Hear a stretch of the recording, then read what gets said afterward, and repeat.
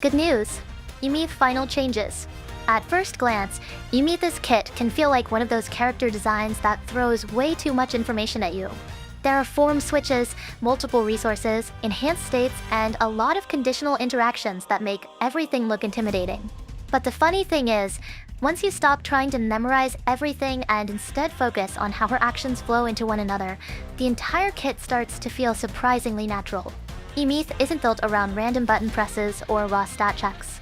She's built around rhythm, transitions, and setting up a few extremely powerful moments. Her normal attack, Infinity Calibration, is where that rhythm begins. On paper, it's just 4 consecutive basic attacks dealing fusion damage, which sounds pretty standard. The depth comes from what surrounds it. Holding the normal attack button consumes stamina to charge into heavy attack, Charged I or Charged 2, and this immediately introduces choice and timing. Charged 2 hits harder, charges faster during instant response, and most importantly, its damage is considered resonance liberation damage. By the way, Loot Bar just dropped a 28% discount for Lunites. Loot Bar offers a much affordable prices, even lower than buying in-game. The service is safe and trustworthy, with excellent reviews on Trustpilot. You can even self-top up, which is super fast and easy. Click the link below now and claim an extra 12% off for new users. That detail alone already hints at where Aemeath's real damage focus lies. What really sells it, though, is how these charged attacks don't break her flow. After Charged I or Charged 2, she can seamlessly transition into higher stage basic attacks instead of resetting back to square one. Her aerial options follow the same philosophy. Mid-air attacks consume stamina to perform plunging strikes that deal fusion damage, and those plunges can immediately be followed by stage 2 basic attacks. Even her dodge counter feels deliberate rather than reactive. After a successful dodge, triggering dodge counter, Aemeath deals fusion damage and opens the path to stage 4. It rewards good timing and positioning, and that stage 4 hit ends up being far more important than it initially appears. Resonance skill, Shared Voyage, is where Aemeath's identity truly takes shape. This skill allows her to switch between her normal form and mech form, and the mech inherits all of her stats while unlocking an entirely different set of attack patterns. This isn't a simple stance change for visual flair. Each form has its own weight, pacing, and follow-up options. Even the act of switching forms is aggressive. If an enemy is nearby, the form switch automatically triggers basic attack, stage 1, ensuring there's no downtime or wasted input. The Sync Strike system adds another layer of fluidity. After certain Aemeath attacks, pressing Resonance skill triggers Sync Strike, Armament Merge, dealing fusion damage, switching her into mech form, and allowing a follow-up into mech stage 2.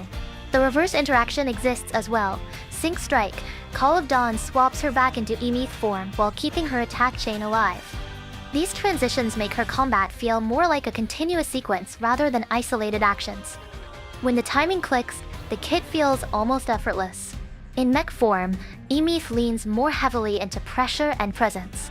She can perform up to 4 consecutive basic attacks that deal fusion damage, and these can even be used mid-air close to the ground.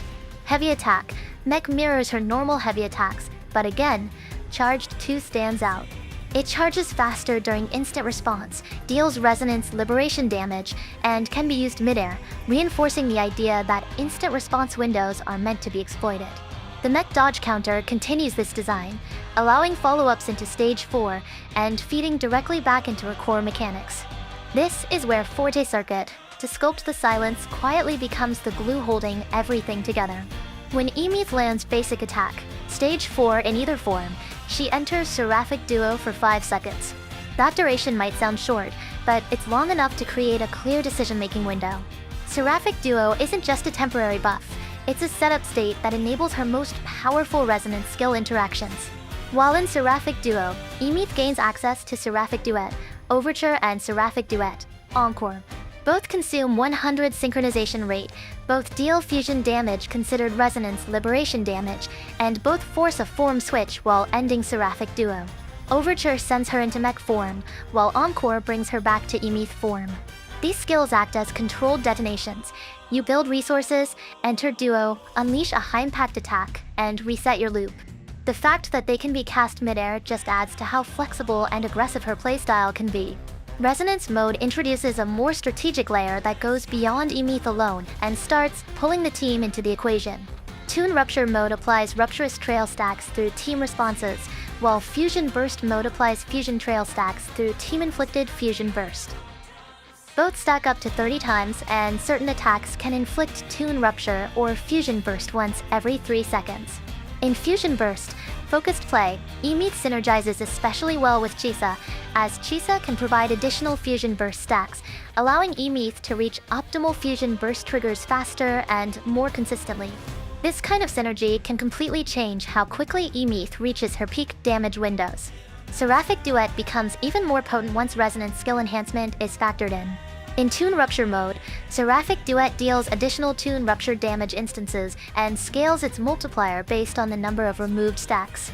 In Fusion Burst mode, it removes Fusion Trail stacks, triggers Fusion Burst without removing its stacks, and increases Fusion Burst damage based on how many stacks were consumed. When Stardust Resonance is active, both modes receive significant bonus damage effects, turning Seraphic Duet into one of the most impactful buttons in her entire kit. Additional mechanics continue to reinforce her momentum-based design. Toon Rupture Response. Starburst lets Aemeath deal fusion damage as Toon Rupture damage to nearby affected enemies, rewarding positioning and target selection. Starflux Thrust allows her to soar into the air while in mech form when she has over 200 Starflux, consuming the resource continuously. It's flashy, but it also serves a practical purpose by giving her aerial control and repositioning options without breaking combat flow. Aemeath manages several resources, but they're all restored through actions she already wants to perform. Synchronization rate caps at 200 and is restored through attacks, sync strikes, intro skills, resonance liberation, and instant response interactions. Resonance rate caps at 4 and is restored through Seraphic Duet and Resonance Liberation, with bonus restoration under Star Loom Acceleration. Starflux caps at 600 and regenerates over time, though more slowly in combat, subtly discouraging careless aerial spam. Her inherent skills further emphasize her burst-oriented design. Before All Sounds grants a massive 200% damage amplification to heavy attacks during instant response, making those windows incredibly valuable.